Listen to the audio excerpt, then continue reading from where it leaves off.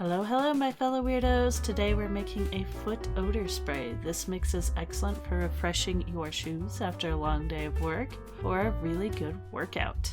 To begin, we're going to need a 4-ounce glass spray bottle. In it, we're going to pour in 10 drops of doTERRA tea tree essential oil, 10 drops of doTERRA peppermint essential oil, 5 drops of doTERRA lavender essential oil, and then we're going to fill it the rest of the way with Witch Hazel. Put on our lid and shake well before spraying it into your shoes.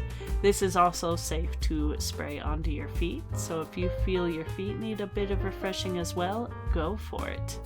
Thank you so much for watching. If you enjoyed the video, feel free to like, comment, and subscribe. I make new videos every day and you don't want to miss out. I'll see you in the next video, and in the meantime, keep being your awesomely weird selves.